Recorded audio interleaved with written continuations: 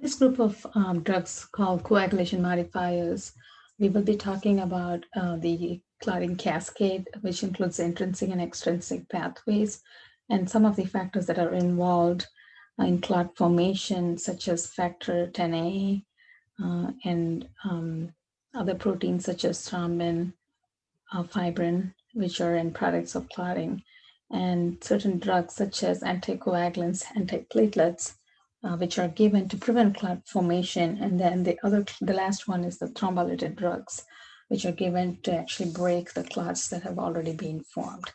So if you think of anticoagulants are medications given to patients when they have had either a recent myocardial infarction or valve surgeries, or if they have had AFib, chest pain post-surgical patients can have either heparin or for longer time periods, warfarin can be given too. So warfarin and heparin are the most commonly used drugs. Enoxaparin is low molecular weight heparin, and more recently, in the past few years, dabigatran and Xarelto have also entered the market. Warfarin and heparin have been in the market for more than 50 years now. So the way warfarin works is by preventing vitamin K formation. So vitamin K formation is responsible for forming clots. So by preventing vitamin K formation through the clotting cascade, it prevents clot formation. As far as heparin, the way heparin works is through the factor 10A, which prevents formation of thrombin from prothrombin and fibrin from fibrinogen. So it's a little bit different, as far as heparin is concerned. And enoxaparin acts similarly to heparin, but it's a low molecular weight. That's the only difference. As far as dabigatran, it directly acts on the thrombin. Okay, there are other drugs such as rivaroxaban or apibexaban. They also can act sometimes directly on other factors such as factor 10A. But for this class, particularly, I would like you to focus on warfarin and heparin, and slightly I'll touch on dabigatran as well.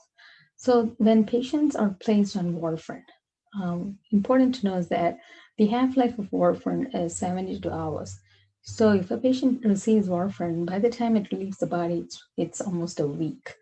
And further, because of this long half-life and because it's in the system for longer periods of time, it takes longer for reaction. So initially, when patients have high risk for forming clots, and thereby developing all these conditions that we talked about, it's important to place them on low molecular weight heparin, such as enoxaparin or heparin, before bridging them on into another medication that is warfarin. So heparin, Lovenox, they have a smaller half-life, and within few hours they act.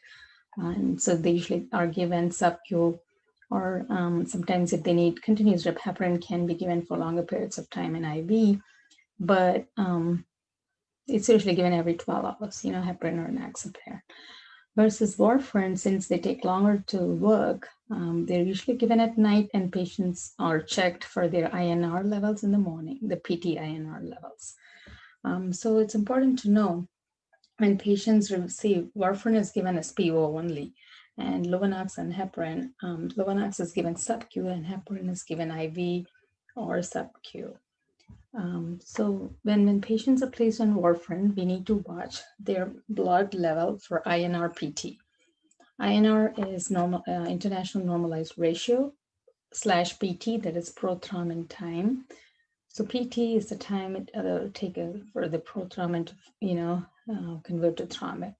So we need to check the levels for that. As far as heparin, we only check if patients are on a drip, that's an IV drip, and we check with APTT. So APTT is activated thromboplastin time. So that's something we need to check when patients on heparin drip, not for sub-Q. Other than that, the side effects for both these drugs, for all of these drugs, are the bleeding risk. In particular for heparin, there's heparin-induced thrombocytopenia, meaning because of receiving of this, some patients might have poor, low granulocytes, meaning low platelets. So that can cause further bleeding. Um, as far as dabigatran, which is a newer drug, one good thing with this is that they do not need regular blood draws, unlike the warfarin. For warfarin, patients need weekly blood draws to check their INR-PT levels, which needs to be within the expected therapeutic range. So depending on the condition, if the patient had AFib or DVT or had valves replaced, or prosthetic valves, the range will differ.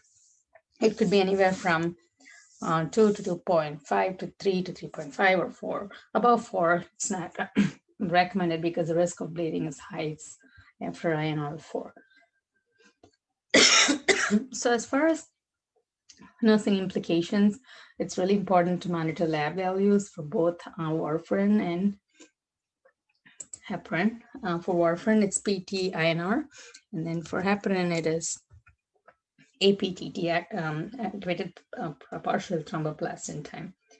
So if patients receive heparin, it's usually sub-Q, but it could be IV. It's important to look at the site itself to see if there's any bleeding, ask if they have any hematuria, that is blood in the urine, check for any bleeding gums, and ask them to use a razor with care, not sharp razors. So as far as warfarin, it can take longer time to act, and encourage patients not to take a high vitamin K rich diet. So they could still take green leafy vegetables, but not to take like huge amounts, because when we give them vitamin K, then the reverse happens, and the risk for forming clot can increase. So you kind of like counteract that, right? So the next group of medication is antiplatelets, which we talked about this when we talked about MONA in cardiac drugs.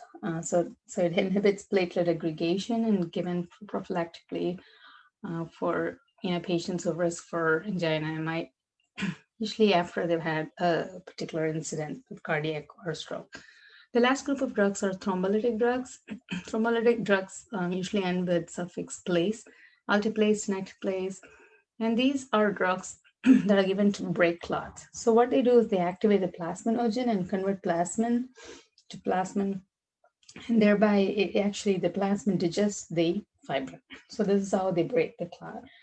Usually given for as ischemic stroke patients and patients after acute MI. For stroke patients, the patient should have someone witness the stroke in 3 hours. So if the patient comes to the ER, if there is a witness, ischemic stroke, not hemorrhagic, only for ischemic stroke, they can be placed on these medications. They need close observance and to prevent GI bleed, gum bleed and intracranial bleed. Patients are also watched for hypotension and cardiac dysrhythmias when on this drug.